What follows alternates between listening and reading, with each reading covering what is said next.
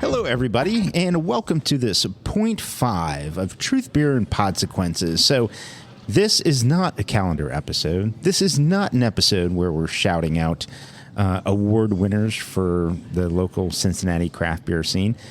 This is an episode where we're talking to our very special guest, Dave Volkman of Ohio Valley Hops, also a beer tender over at Sonder Brewing Company.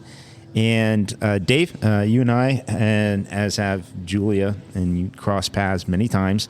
Myself, I was able to, when I was at Cellar Dweller, get some just extremely fresh hops and make a wet hop beer there. And then, Julia and I, going over to Sonder, having beers and whatnot. And we bumped into each other one time when we were recording at BC's Bottle Lodge in Montgomery when they were open.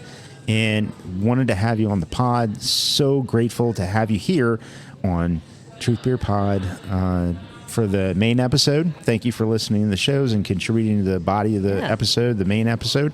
And now we are going to talk with you, and about your experiences and, what you've been doing as far as hops, as far as beer, and just whatever strikes your fancy.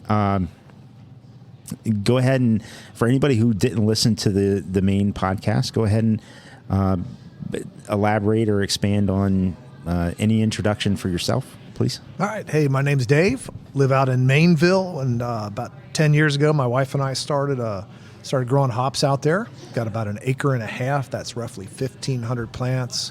So grow about a ton of hops a year. And I love me some beer. And again, I do sling beer at Sonder, usually Thursday and Friday nights. Come see me up there. Absolutely. One of the best bartenders that they have. I appreciate that, Julia. Yeah. Absolutely. And we've been there, and we will go there and do that. And you and your wife are lovely people. And again, we've met each other several times, and you met my son Vincent, and we've we got to hang out and have beers. What was it? This past the weekend before? It was just this past weekend. This past weekend? I think so. I don't know. Time runs together, Time's but so weird it was very close. Very excited to have you on the pod. You said in the main episode that you have supplied hops to many of the local craft beer breweries in town. Rheingeist, Urban Artifact, Narrow Path, Cellar Dweller. I mean, Fibonacci. I mean, the list goes Little on and on. Fish a little farther away. Little Fish a little farther away. Yeah, true.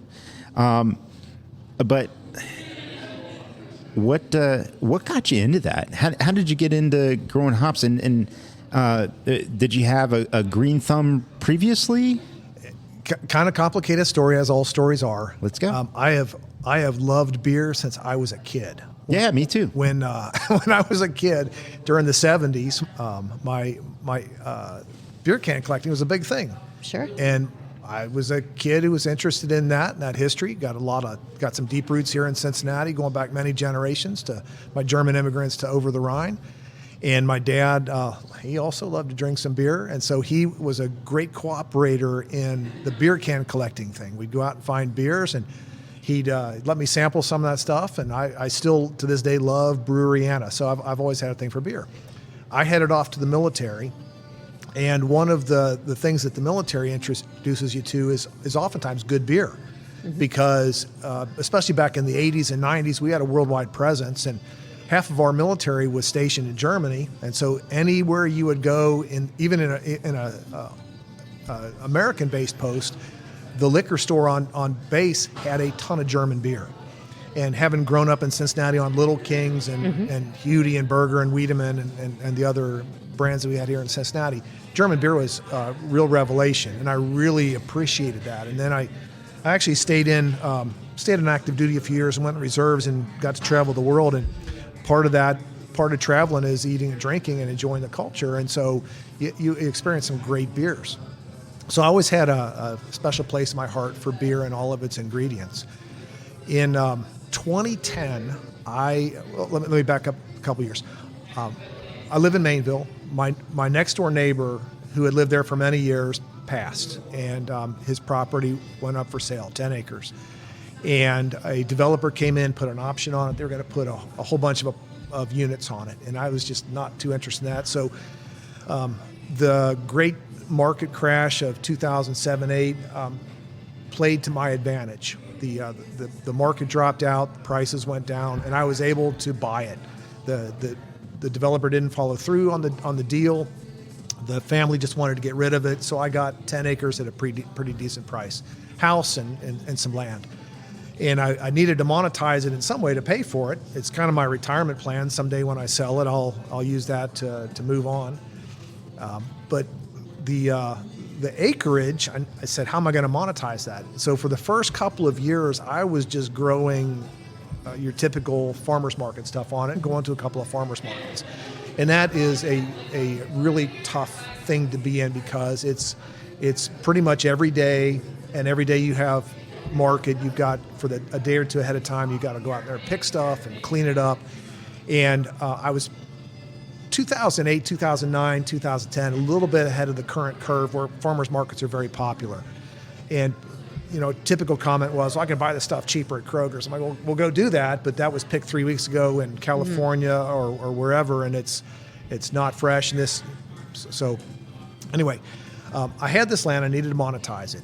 In 2010, I was still in the Army Reserve. I deployed to Iraq, and I was working on an interdisciplinary team to help revitalize the agriculture sector in a region just outside of Baghdad called Abu Ghraib.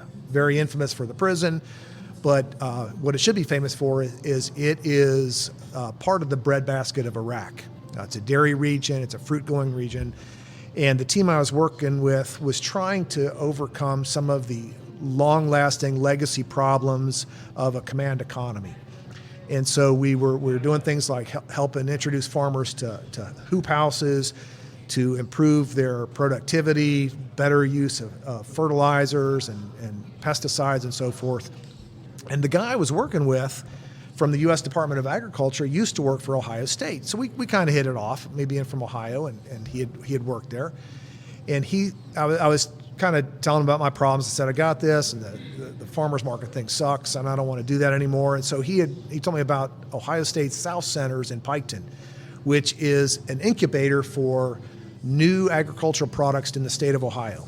And he said what they do is they say what is needed in Ohio that's being used and consumed in Ohio, but it's not being grown in Ohio. And he said, when you get back, just go see what they're doing.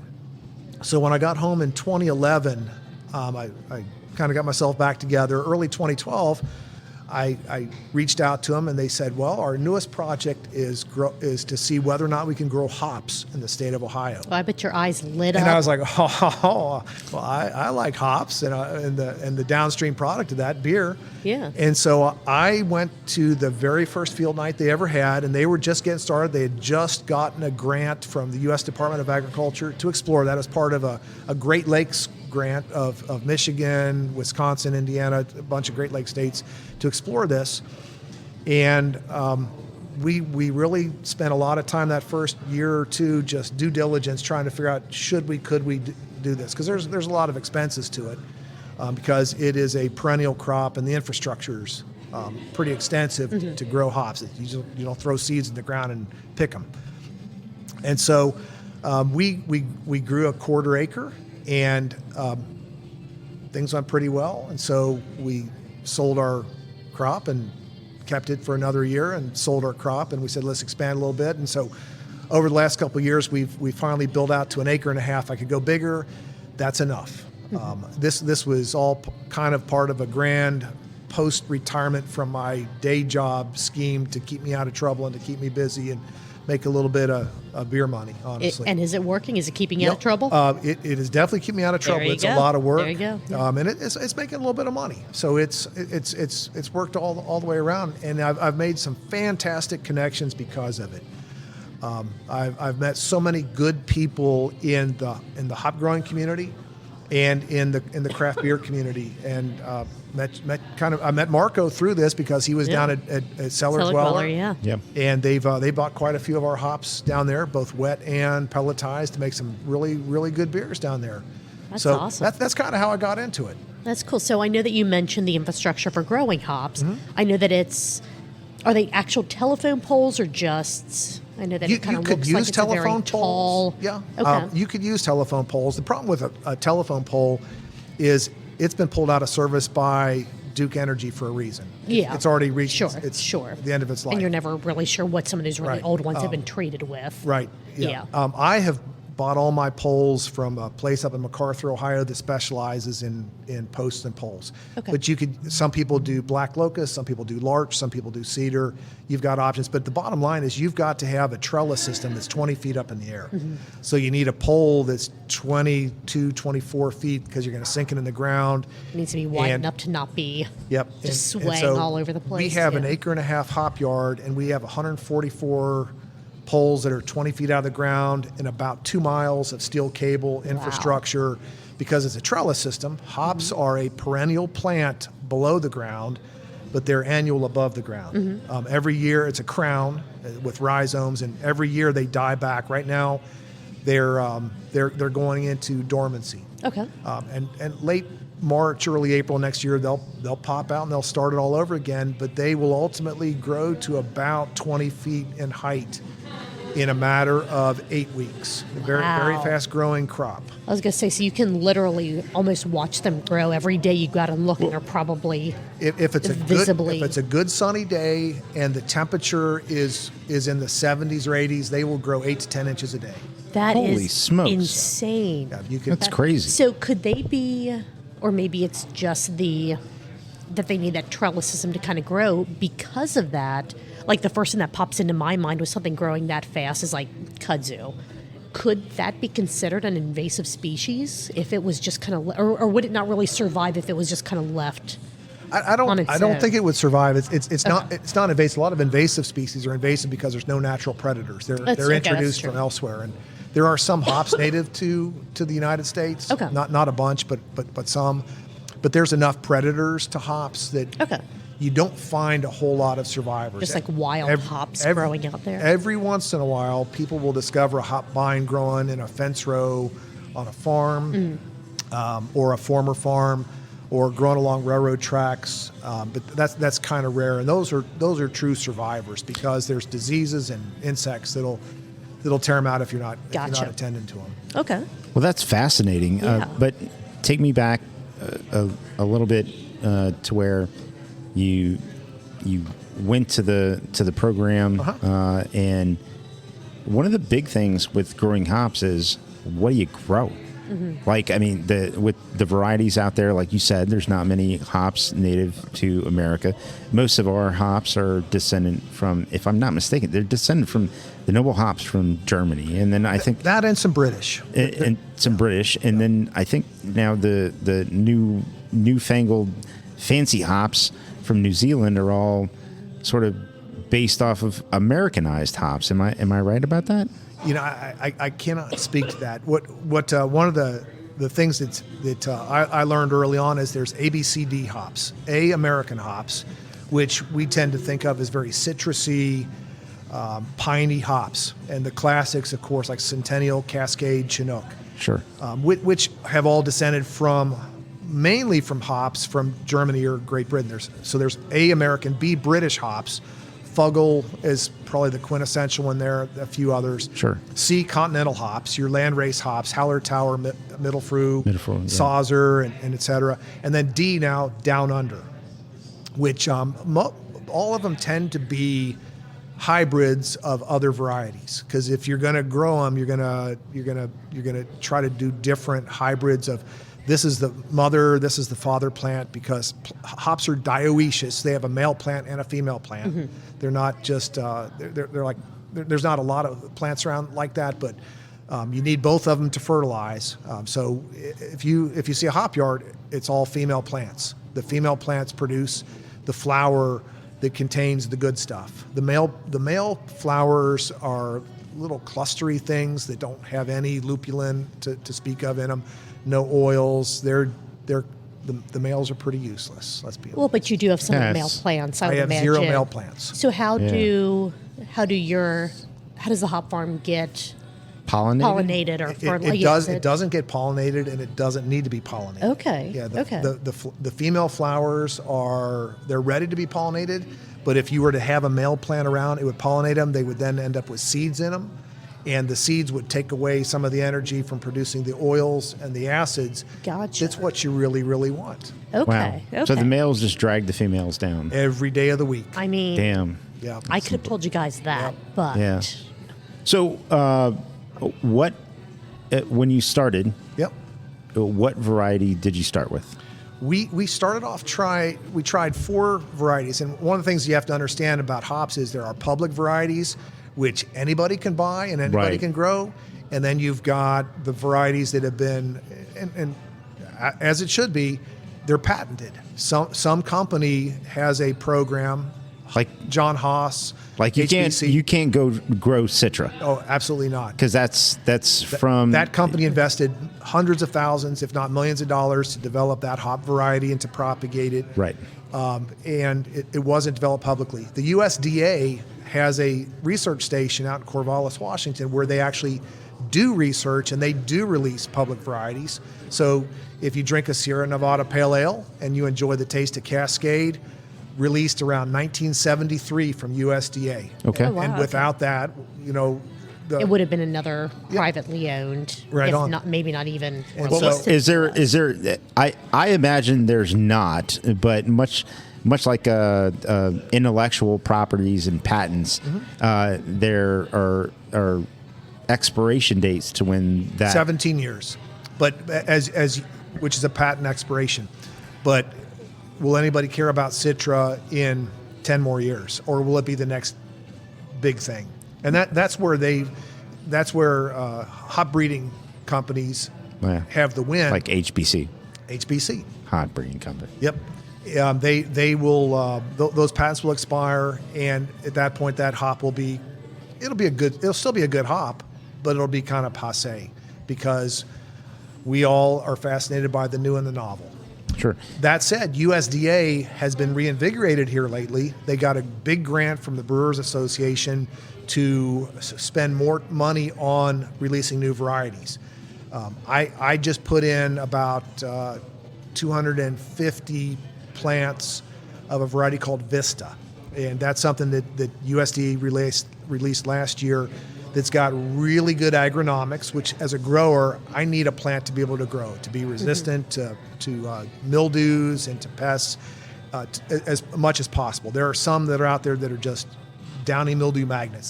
They're just terrible to grow, and they cost more to grow than it's worth. So you don't want to grow those types of things. You Sure. need good agronomic qualities, but Right. you also need good chemistry. You need good flavors and aromas coming out of the oils. And so Vista is one that I'm very excited about. I've had a chance to sample some beers brewed with Vista, and when USDA released it, they shopped it around to a bunch of breweries out in the Pacific Northwest where they first grew it. But then they pushed it out to several propagators in the Midwest to try it out at some Midwestern hop yards. I mean, Midwestern hop yards are a small fraction of the hop production in this country. Yeah. The vast majority of it is in Washington, Oregon, and Idaho. Michigan's got a pretty good-sized crop. New York State, then probably Wisconsin, Ohio come in behind that. But it grew well out here. There are some things that will grow great in the Pacific Northwest are not going to grow. won't do it here, not going to yeah. grow here. We've got a different soil profile, different climate. Absolutely, but I think with everything out west, where you think of first of all you think of sunshine and beaches, and then if you dig a little deeper, you think about grapes. But there's hops, and a couple of years ago, there were so many wildfires and problems that hop farmers, just the people that were working in hop farms, couldn't get to the hop farms. It would be great if somewhere in middle America you could get something that, maybe it'd be a little bit different from the soil profile, but you could get that hop essentially from Middle America and maybe not have a freaking crisis. Yeah, it's a matter of sustainability. And you had asked, and I sidetracked us here. What did I start growing? My first 4 varieties were Columbus for the alpha acids for bittering, although it's got amazing aromas to it as well.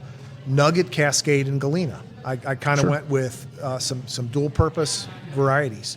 And there wasn't a whole lot available back in 2013. The Midwestern hop market has really blown up. We were early adopters on this in Ohio.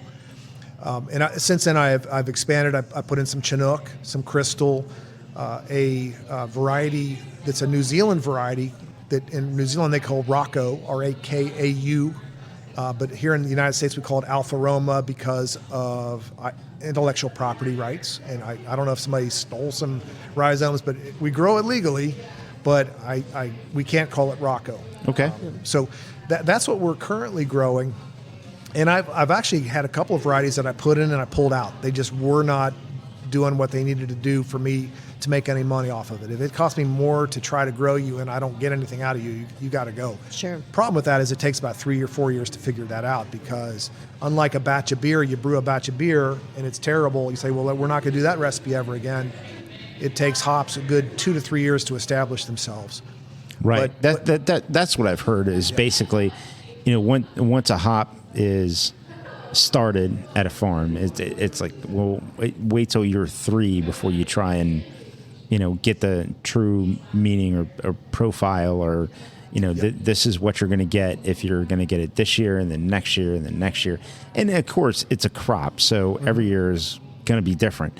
But yeah, that's fascinating. It's a lot. It seems like how much of a farmer, and then how much of a chemistry expert did you think you were going to need to do when you got into this venture? To be a farmer, you need to be a soil scientist, an entomologist, a phytopathologist. You need to be a mechanic. You need to be a jack of all trades. You've got a lot of stuff to do, because I've got a number of pieces of equipment that I have that you don't just go down to the Hop Pickers R Us store to get your stuff repaired. You got to fix it yourself. And you've got your own pests. You got to be able to deal with weed management, diseases, insects. There's a whole host of things out there conspiring against you that you've got to learn a lot about. And if you don't have prior knowledge, it's a steep learning curve. I had the background, not as a full timer, but as helping out. A friend of mine farms about 1,500 acres outside of Loveland, and I worked for him for a long time, just on the farm. I enjoyed that stuff. I've always had an interest in agriculture, and so I had enough background on that. I'm a pretty good, shade tree mechanic at fixing anything. I don't take my stuff anywhere. I figure it out one way or another. Even before YouTube had videos to show you how to fix stuff, I would figure out how to do it, and I'll build it. And so we went for it, but there is a lot to learn about it. In terms of the chemistry, you want to achieve that, but there's not a lot you can do except really just take good care of your hops. You need to make sure that they're getting enough to drink and enough to eat. And part of that is making sure your soil's healthy and making sure they've got enough water. Ohio is a place that you might have enough water this week, and then you're going to go on got nothing for weeks. You got nothing for weeks. And so we've got a couple of wells and cisterns on the property.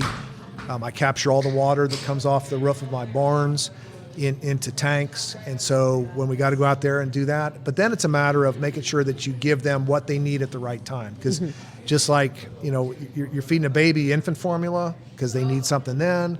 And as you go through your life cycle, you have different needs. I take a Centrum Silver now because I'm, in that part of my life. But you have to learn what they need and when they need it. And that's a complicated thing because a plant that's only 6 inches tall doesn't need the same thing as a plant that's 18 feet tall. Sure, yeah. A plant that is in the growth stage versus the flowering stage needs completely different things. And so you have to learn an awful lot about it. And that goes for anything. If I was growing tomatoes or apples or celery, every crop's going to have its own requirements, and you just have to know what those are and attend to those. Yeah.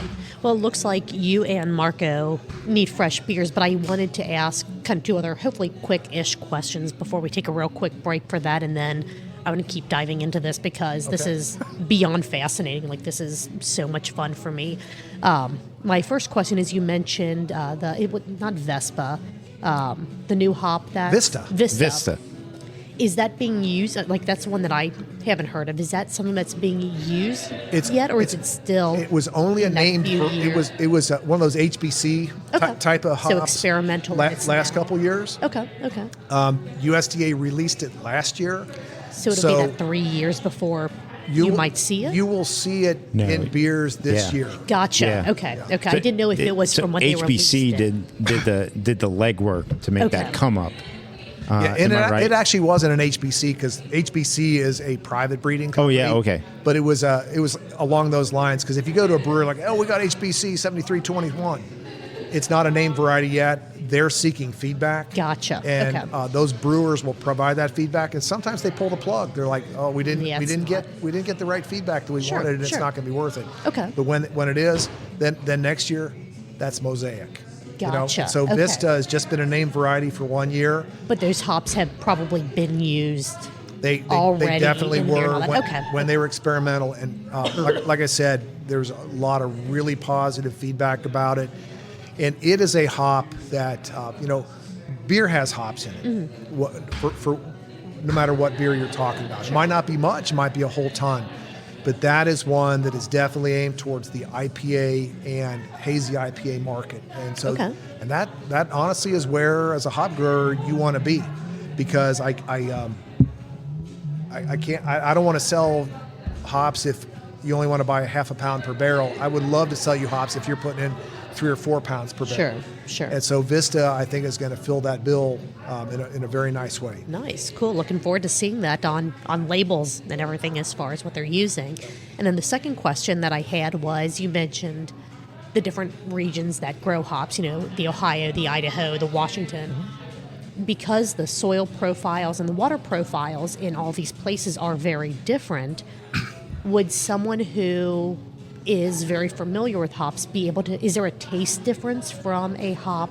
We'll just use Noble as just the first name that popped into my head. But if you take, say, a Noble hop that was grown here in Ohio, or a beer made with we Noble pretty hops much don't grow Noble hops. Well, because right, they don't that was just the very first. Let's talk Cascade or Chinook. Sure. We'll take Cascade. Absolutely, there's a difference. Okay. Yeah. There's a scientist out at Oregon State, Tom Shellhammer, who is he's the hop guy in the academic world. Mm-hmm. He just released a new study on terroir, that is to say the influence of soil and weather and microclimate on your growing conditions on the flavor of your hops. Very common term in the wine world. Sure. Because of grapes. Yeah. And some people have poo-pooed it and other people have not. And his research says absolutely.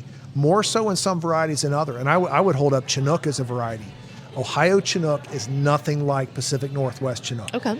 They're both lovely, but they're very, very different. Okay. And if I was going to say there is a hop grown in Ohio that, as a general rule, Ohio brewers really appreciate for what it brings because it's different, it's Ohio Chinook. Nice. It's as my friend Chuck Lucan down at Narrow Pass says, Ohio Chinook is righteous. It's a lovely, lovely hop. Hell yeah. Well, let's take a real quick break so you guys can get some new beers. I am still good on mine. And then I wanted to talk a bit about something that you and I talked about at Sonder a week or two ago, single hop beers, and just those flavor profiles, and how sometimes single hop works with very specific hops, but you almost always need to blend in order to get a very drinkable beer to the masses. Yeah, so real quick break, and then we'll be right back to talk about that. All right. All right, we are back, and Dave and I are still good. Marco, you have refilled your glass. You're drinking one of the same things that you did during the last portion of the main podcast episode. Yeah. I'm on repeat. I had the wet hop headhunter again. So very, very good. And we are geeking out here with Dave Volkman from Ohio Valley Hops. This is truly fascinating for us. Yes. Hopefully it's fascinating for you, and if you don't think it is, then you're wrong. I love to talk about hops. This is awesome. We love that you love to talk This about is hops. awesome. Yeah. I know Julia had just asked you a few questions about a few different hops. I know you've got a couple of questions on queue, and I have a question or two. So go ahead, Julia. Well, I've kind of driven the last part of the conversation, so you go right on ahead. Yeah. Well, I want to ask you something, and I don't know how much you're a hop grower. You work at a brewery, but I have a question about hop creep as it pertains to the brewing process, because I hear, and to define in a layman's terms, hop creep is when you add dry hops to a beer that is in the fermenter and has already pretty much almost reached final gravity, but you went ahead and dry hopped it. Now, all of a sudden, active fermentation starts to happen again. Yep. And what I hear is that this is a byproduct of, number one, certain hops, and number two, some of the process that goes into turning a cone hop into a pellet, into trying to pull out or highlight these fruity notes that, if it was treated differently, wouldn't necessarily be there. But am I wrong? Is there any? What's the process between turning a whole cone into a pellet? Is there any heat used? And how does that relate to this thing that we know as hop creep? So, Mark, I'm going to disappoint you in that I don't know much about it other than what you've already stated. Okay. Not being a brewer, I like to grow stuff. I do not ever want to brew. I just want to drink what somebody else is brewing. Fair enough. What I can tell you is that when we harvest the hops, which is typically August, September, when we harvest them, we base that on a number of different things, one of which is the moisture content of the hop. Okay. Which is indicative of where the oils and alpha acids are. And it depends on per variety, somewhere around 20 to 25% dry matter, 75 to 80% moisture content. That's the sweet spot. Too early, those hops are there's a lot of chlorophyll in them. You're gonna have you're gonna have a really chlorophyll green vegetal taste if you brewed with them. And it's not something I would want to drink. If you pick too late, two things happen. One, you lose a lot of the crop. They shatter. They just explode in the picking machine. They're too dry. They fall apart. And so as a grower, wow, I just lost a whole bunch of money. But also, some of those compounds, the extremely complex chemical composition of what's in lupulin.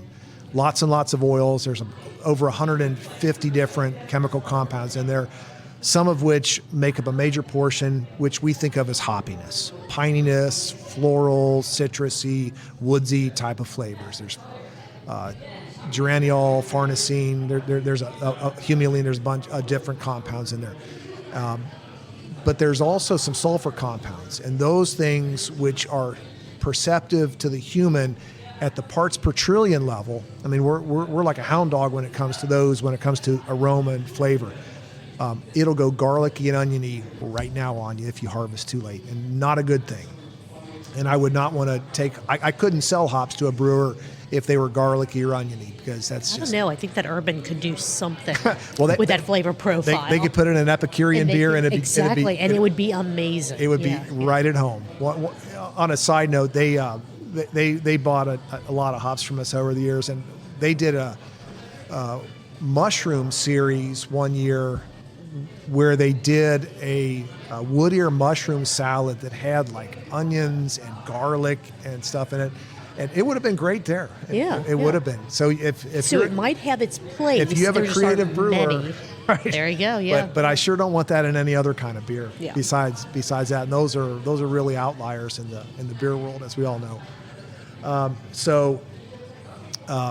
When it comes, we harvest them at that dry matter content, and as soon as we harvest them, we have to dry them down further. And so I've got a hop dryer which relies on a lot of air movement. I've got a couple thousand CFM fans moving air through them, and some dehumidification, because you want to get that moisture out of there. Because like anything else, as soon as you pick it, it starts to decompose.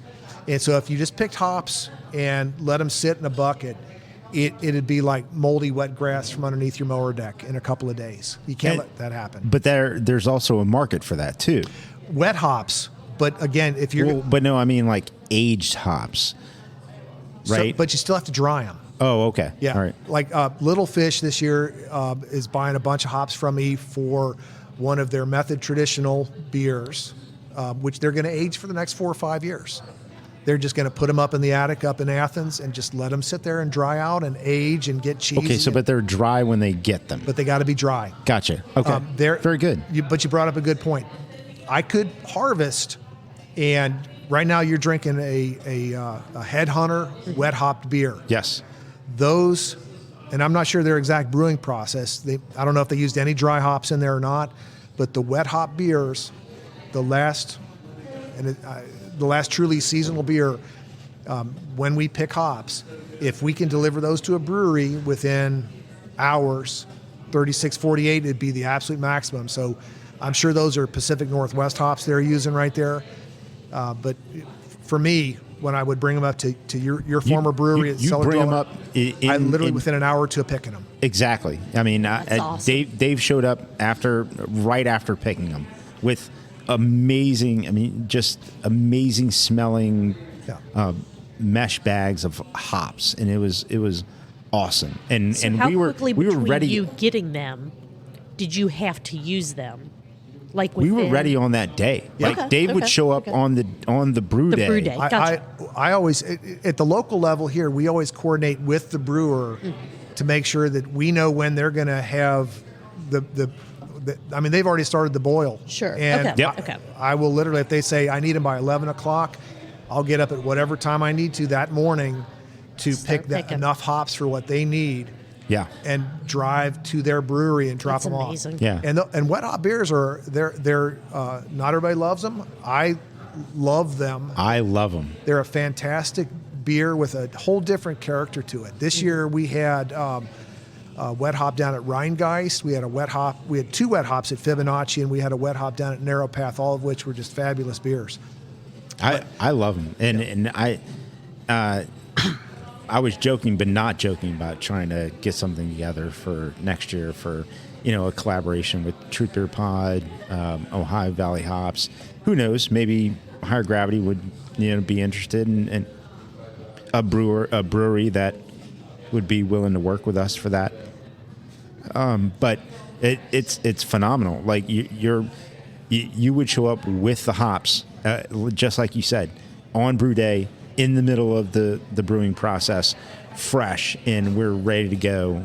And as soon as we got to the stage in the boil where they were ready, like they spent minutes in the cooler. Yep. I mean, minutes. So it was awesome. So if you're not going to do that, then you have to dry them. And you need to dry them down as quickly as possible to about 8 to 10% moisture content, at which point they're shelf stable. Okay. And so I've got a dryer that I built because this is just not stuff that you can get. If you're a huge commercial grower with 300-400 acres, you can afford to spend tens of thousands of dollars on this stuff. Otherwise, You're finding a way to do it on your own. you build your own. So we've got a really good system of dehumidification and air movement to dry down within about 36 hours. And at a low temperature, which preserves those oils, because the oils and hops are very volatile. If you were to smell hops being dried and you smelled a lot of hops, that's a bad sign, because that means all of those oils are cooking off. Gotcha. That makes sense. And so we never exceed about 110 degrees, because those oils are volatile at about 125 to 130 degrees plus. And so you're cooking off the good stuff. So at that point we do that, and then we pack them. I use airtight food grade drums, and we just pack them completely tight. And I've got a walk-in cooler up at the farm that we put them in, and then we take them to be pelletized. I don't pelletize. The pelletizing process is a food grade process. You're now into food processing. Sure. I'm growing a raw agricultural product.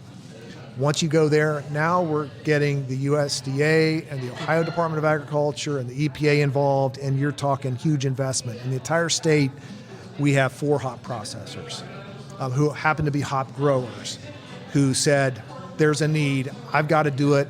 We got 70, 80 growers across the state. They need this service. So God bless them for investing the money. Absolutely. To make that happen. Because if they were to go out of business, the hop growers in Ohio would crash. Right.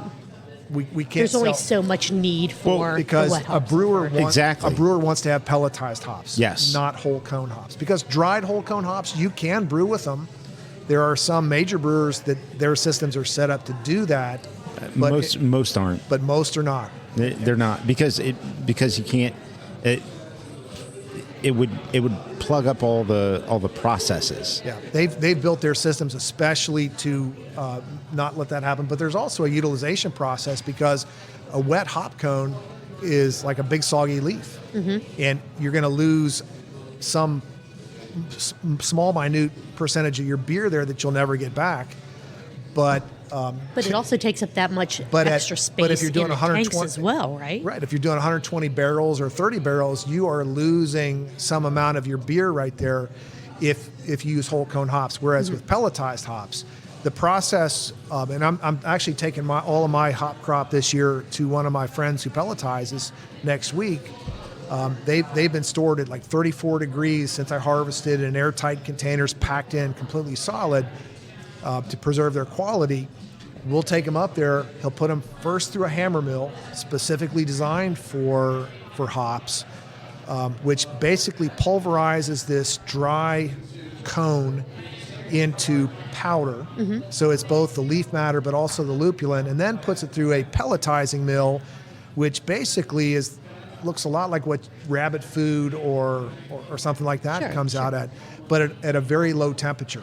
Because again, you don't want to keep those oils. You don't want to volatilize those oils. So how long can the dry hops in the barrels last before they can no longer be pelletized or they're no longer usable? I would say indefinitely, but the quality will drop. Sure. Because Okay. when what happens is oxidation. Sure. Okay. Hops and oxygen are a bad combination.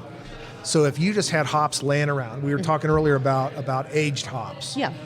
When that happens, when you get your hops tested for harvest, and again after they're pelletized, one of the significant markers that a chemist will use is called a hop storage index, and you want to be under 0.25.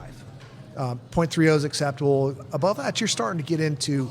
It means they're not going to last. They're already showing signs of oxidation. So when we pack, we use 55-gallon food-grade drums with a snap seal on the top. Immediately after drying, they go in there, and we pack those suckers in there so tight. I mean, there's not any room for oxygen there. Whereas if we just left them out, they would get cheesy, and the HSI would skyrocket. Gotcha. So we're pretty solid about always keeping our HSI over the years under about somewhere between 0.20 and 0.30, Okay. which means they're going to last a long time. And then they go in a freezer. They could literally last for years. Fresher is better, as always. You know, you could have a pound of ground beef in the freezer. You can still eat it in a year. It's not as good as if it's never been. Sure. Right. So right. And that has to do with, by the time, for ground beef, and by the time you defrost it, so though that ice almost acts like a knife through the meat, and then when you defrost it, everything that was in it has channels and pathways for that rich goodness to come out of it rather than Right. stay in it. Right. Which is a geeky way to say don't freeze your tenderloins. Like buy your tenderloins fresh and cook them use fresh. them fresh. I mean, Same if with you hops. you get a wonderful deal on a tenderloin, that's great. But all you did is you created these ice knife channels for when you defrost your tenderloin, to where all that rich goodness could start to seep out of the tenderloin. On that note, since you're drinking a wet hop beer, I have long said that was the last true seasonal, and it really is no longer, because some of the hop growers out in the Pacific Northwest have come up with a flash freezing technique. If you flash freeze something, you don't do that. You don't burst those cell walls. There we go. It's kind of like, think about your cocktail ice cubes. When you get that perfectly clear ice cube versus the cloudy one, Right. There's no oxygen. There's similar sort of nothing else. process. Okay. If you can flash, the faster you freeze something, the better it's going to be. And so with hops now, there have been a couple of breweries doing wet hop beers year round. And I'm not a fan of that, because we were talking in the last podcast about seasonality. Mm-hmm. Sure. I'm a fan of seasonality. I don't want to drink a Russian Imperial Stout on July 4th. It's Pilsner time, right? Right. But in January, on a cold winter night in front of the fireplace, dude, you know what I'm drinking. And so right now it's Dunkel time, it's Schwarzbier time, it's Oktoberfest time. Starting to get maltier, heading into Belgian season for me. So I'm kind of gonna. I think we'll still have wet hop season be September, October. I love that. And I hope so. I love that. Well, and then one of the biggest isn't Sierra Nevada's Celebration a wet hop beer? I don't know how they do that. I think they call it a fresh hop, and there's a whole matter of semantics between wet hop and fresh hop, and what should we call them? And I don't really care personally, but some people say a fresh hop beer is freshly harvested hops that have been dried down. Some people say fresh hop beer is a wet hop beer. Some people don't like the term wet hop because it sounds wet and moist, and I don't know. People don't moist like that. isn't a great term. Wet is fine, moist is not. So Yes. I don't know. A moist hop beer. Okay. Yeah. That's you know what I mean? moist It's like, hop beer. would It sounds you like a buy beer that? we would make. I mean, What I know is I want to continue to every year provide some small percentage of the crop, and it's really a really small percentage of the crop to the breweries that I've been working with, and anybody else who wants to try one out, because they're fabulous. It's something completely different with a whole different character to it, a whole different flavor and aroma profile, and it's good. They are good, and it is fabulous. Julia, I hate to put you on the spot, but did you get to Fibonacci to try any of these, or did you get to any of the breweries that he was? I honestly, I can say I haven't. I However, did not make it to Fibonacci for their fresh hopped. Was it a wet hop or a fresh hop that they just did? Or right, exactly. But I did not. I mean, I've had the one I made, which was freaking phenomenal. And thank you for you and your wife coming out. What was that? Last year? Cellar Dweller did not do one this year, but that was for other reasons. He wanted to, but he was backed up on his brewing schedule. But I think the last 3 years we've done wet hops. We have. It's been truly fantastic. I loved our wet hop beer, and was truly proud of it. Actually, little homework for you, Julia. Yes, sir. I think one of the growlers that John Lee brought on his first episode might have been that wet hop Really? beer. I think it might have been. Oh, because that was so good. And I remember CJ was sent a great. picture, and it's like some sort of sight glass, Yeah. and it was just yellow and oily from all of the oils. It was just It's a beautiful beer. when it's done right and it's fresh. I mean, you get an oily slickness from a wet hop beer that if you can discern it, you know it's right. Talking about discerning and palates and all that, you're a chicharrone, right? I am a You're a certified certified Nice. Cicerone. That's awesome. Level 2. certified Cicerone. Mm-hmm.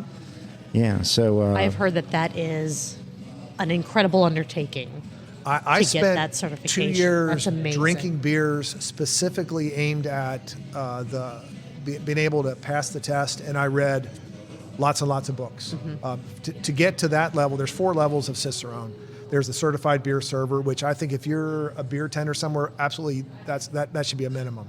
And it's a good solid foundation of beer styles and ingredients and stuff. And I kind of consider that like a high school diploma of beer education. Gives you all the basics that you Yep. need to make sure you Yeah, know there's what you're talking about. Yeah. there's other programs that for insurance purposes, other insurance companies may acknowledge the Cicerone program, but there's other programs as Yep. well. However, this program has many levels, Yep. and It's really it's a front of house program. It's not a back house yes, program. it's a Sure, front yeah, of yeah, house yeah, program. yeah. Yes. But the level 2, the certified Cicerone, and I'm saying this because I've got a bachelor's and 2 master's degrees. It's like a bachelor's degree in beer knowledge. Wow. The exam is a 4-hour sit down, write-a-thon, practical demonstration, off flavor tasting, style tasting.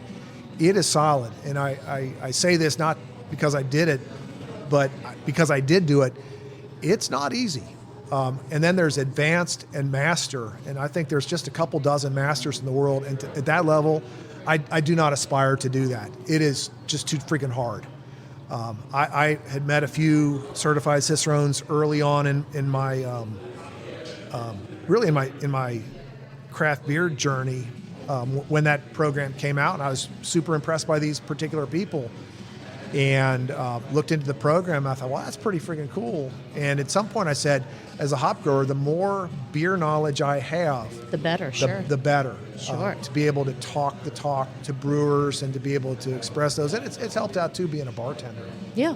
Oh, And- sure. For and- sure. and, you know, and the program, the word Cicerone, I think is Italian and comes from It a seems word for, Italian, for, yeah. for guide. And I think that's a great way to look at it, is you're there to guide people, front of house, to help you discover new beers, Mm-hmm. to help you on your beer journey. Which actually is a really great lead into a question that I had mentioned before we took our break about the hop flavor you get from beer Yep. specifically. And you and I had a really great conversation at Sonder, a week or 2 ago about single hop beers Yeah. and how not a lot of them taste all that great. It's when you start blending those different hop flavors that you really get an incredible, robust, drinkable beer. So whenever you're drinking almost anything, very rarely are you experiencing just a single hop. Yeah. I think you and I talked, Sabro is one of the hops that every time it's in a beer, there's something about it that it just doesn't taste right to me. Like, I just don't care for it. But what you explained to me is it could just be Sabro and whatever other hop it is. It could be the combination causing that. Sabro on its own, am I even saying that right? Yeah. Sabro, okay. On its own, maybe a single hop beer with just that hop would be phenomenal to me. So that was a really cool thing that I kind of knew that was probably a thing, but Yeah. to hear someone that is so familiar with hops kind of confirm Marco that. could probably speak to this, but I look at a brewer as a chef. Oh, absolutely. And you absolutely. are trying to find the right combination of malts and hops and yeast and the water profile to develop this thing that you have in your mind. This is what I'm trying to present to the drinker. And nobody's going to make a marinara with just oregano or just basil or just garlic. It's going to be flat. You want to find that perfect combination of those. And as you up one ingredient and lower another. My wife and I were up in Dayton last night. Our daughter lives up there, and we when we were dating, there's this kind of dive bar in Centerville called the Pour House, which got really good craft beer selection. And they had a beer there in a series from Seventh Son called The Scientist. Okay. And The Scientist has been around, I think, since 2014. And I think every batch or every other batch, they tweaked the hop varieties in it.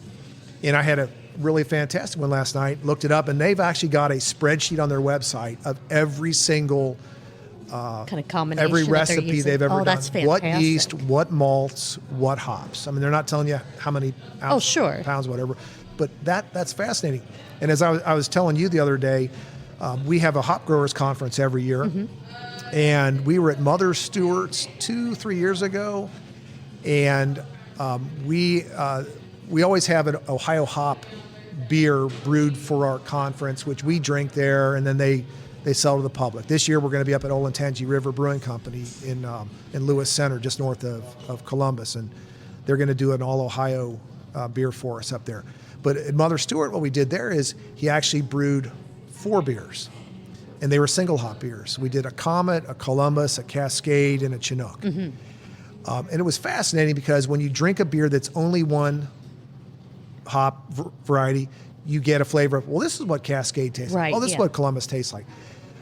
But none of them on their own were very good. And what we ended up doing throughout the course of the Did you evening do the is cuvee? we started making cuvées. And we really had some really good beer. stuff. Yeah.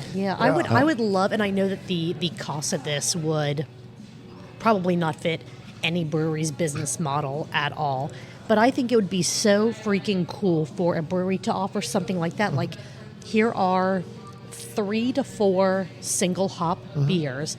We'll give you a flight of, like, just say 10-ounce pours. So you can try them on their own, but then you can just, here's an empty glass, just start mixing your own. And, I mean, I don't know if there's any legality to where they couldn't do that, but how fun would that be to kind of blend your own beer, using air quotes for people not, watching the live stream. What's funny is that you talked about Sabro, and way back 100 years ago, or 7, whatever, Practically the same thing. Cellar Dweller was using Sabro as an experimental hop. Okay. Before I got there, as a single hop beer, and that single hop beer was called Uncle Ronnie, and it was a fantastic beer. And then we did a one-off, which was Blood Orange Uncle Ronnie, and it was fucking gangbusters. Like, we were getting calls like, where can we find this? It wound up being that there was a transition between it being an experimental and then it coming out as Sabro, where we couldn't get it. And then there was also the transition where the head brewer left and then the new head brewer came in. And so,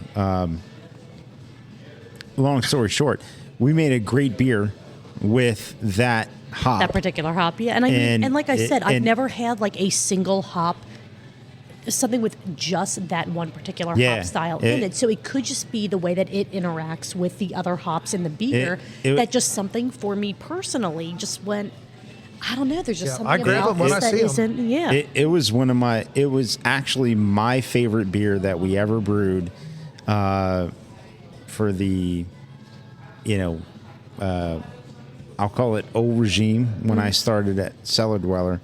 And then once we started with CJ and the new head brewer,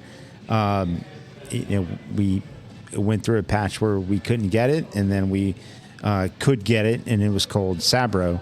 And so we sort of just transitioned away from that sort of thing. So, but yeah, I mean, to go directly, where you're talking about is like, I have done that. I've done that, right. and it was good. It was so good. For a brewer, right, you get a chance to do some of that. For the average consumer, you just have to hope that you know someone to maybe you get the opportunity for that. It was so good. And the other thing I want to say is that, hearkening back to the main episode, we talked a little bit about the podcast, the Beer Temple Insiders podcast. Yeah.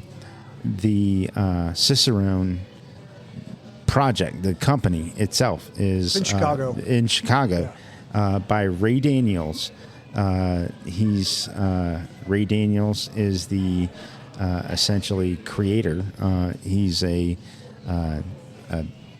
beer writer, beer connoisseur. Created the Cicerone certification process. He is also an occasional guest of the Beer Temple Insiders podcast that I referenced There in you the go. main episode. Tying stuff together. Yeah, Ray Daniels. He's a extremely good listen. If he's ever on any podcast or platform, be great to listen to him. Sure. So bringing that back around to sort of the main episode. We are at about an hour, so do we want to kind of wrap stuff up and have a final beer and just kind of hang out for a little bit before Yeah, I I need think to head home and get dinner for Josh and I? We should. This has been a beyond fascinating conversation. I could keep I could do talking this. about I could do this all day, night. every day. I Agreed. actually need to pick my kid up from work, but not before. It's Tequila Tuesday. It's Tequila Tuesday. Oh boy. Well, then we definitely need to be wrapping this up so Marco can get his tequila. Dave. My God, thank you so much. Thank you so much, Dave. Is Plug there all your stuff. Yes. Yes. plug all your stuff? And is there anything that we missed that we didn't cover that you want to talk about? And you have 45 seconds. Go. You have as much time So as you need. we have about 70 growers across the state. You can find out more about us at www.ohgg.org. Also on Facebook and Instagram, Ohio Hop Growers Guild. I'm not sure what our handles are there. We do an annual conference around the state. If you're interested in growing, reach out to them. If you're interested in buying from them, you're a brewer, we've got an interactive website with all the farms there and what they're growing. And we do we're doing in November 6th up at Moeller Brew Barn in Dayton, we're doing a hop showcase where a bunch of growers are going to show up and provide their hops there for sensory for any brewers that show up. We've done that a few What times. about It's been very successful. non-brewers? Anybody's welcome. And we go. typically at the end of July, we do a open house across the state, usually about 10 to 20 different growers. And it's open to the public. Come on in and talk hops with one of us. Just keep an eye out there on that. And you can follow us at Ohio Valley Hops on Twitter and Facebook. I don't have an Insta. I also have a website, www.ohiovalleyhops.com. We're out in Mainville. Drink our beers made with our hops. Currently available at Fibonacci and Narrow Path and Rheingeist and others to follow. That is phenomenal. Hell yeah. My Awesome. God. Thank you for joining us. Thanks for having me. And joining in Long time our, whatnots festivities. Julia, you had something? I know that the Cincinnati area brewers have all won a whole lot of medals recently. Are there any awards or any kind of celebrations for hop growers? And if not, there need to be.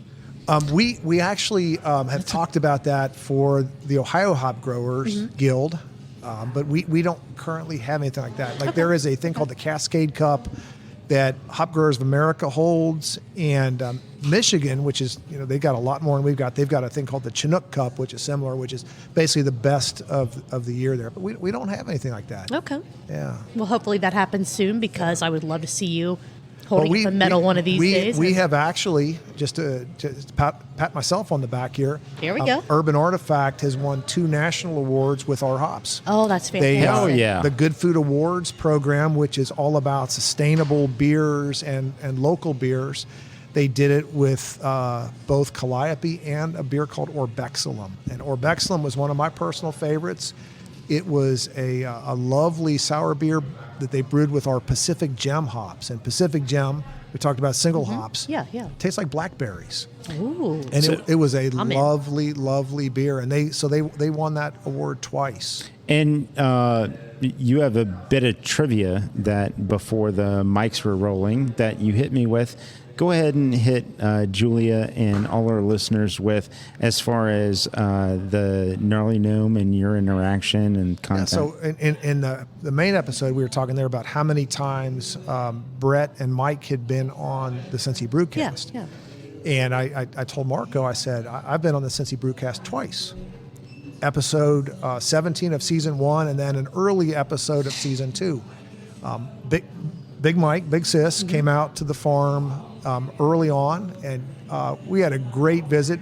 The gnome was not able to make that one, but then the second one we were sitting in Mike's dining room where they originally used to Record everything. record everything there, and it was with Brett for the big reveal on Calliope. Oh, that's so amazing. Yeah. That is so freaking cool. Is there any chance, and this may be like pie in the sky, never going to happen, is there any chance to bring some sort of, I don't know, a fun entertainment or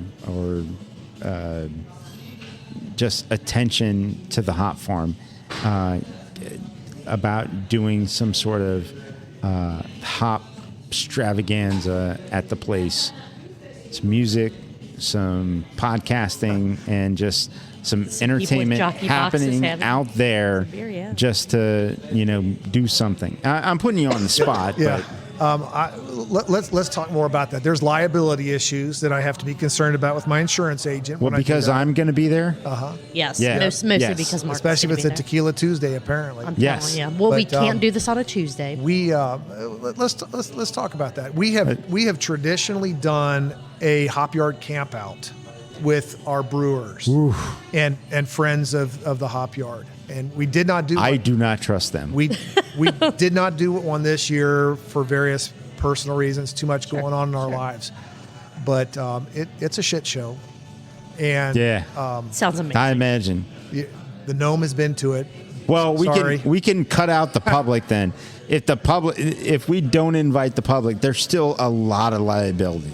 Yes. Yeah. Yes, Yeah, absolutely. so that's one where Especially it's just a with- party in the hop yard. Especially with Brett and me and the gnome. It's like a lot. And then Bunch of if hop girlfriends. Michael brings the D. Morgan, if he's there. He's been woof. invited. He's never showed. Well, he's an attorney, so and maybe he should show. Yeah. or maybe he Should is one of the show liabilities. to the shit show. There Correct. we go. Correct. There we go. Well, thank you very much, Dave. I Yes. appreciate y'all having me. Yes. I hope you had a great time. We were just entranced Yeah. with the conversation. It was fantastic, and hopefully the listeners were. And if they weren't, I don't know what was wrong with you, because this is content that we are in a bonus episode. We are here for this. Hell yeah! Thank you, Dave. Oh, you're welcome. Thank and I you. appreciate y'all having me. Absolutely. Oh, absolutely. I mean, the pleasure's ours. Cheers, sir. Thank you. Cheers, guys. Have a good one.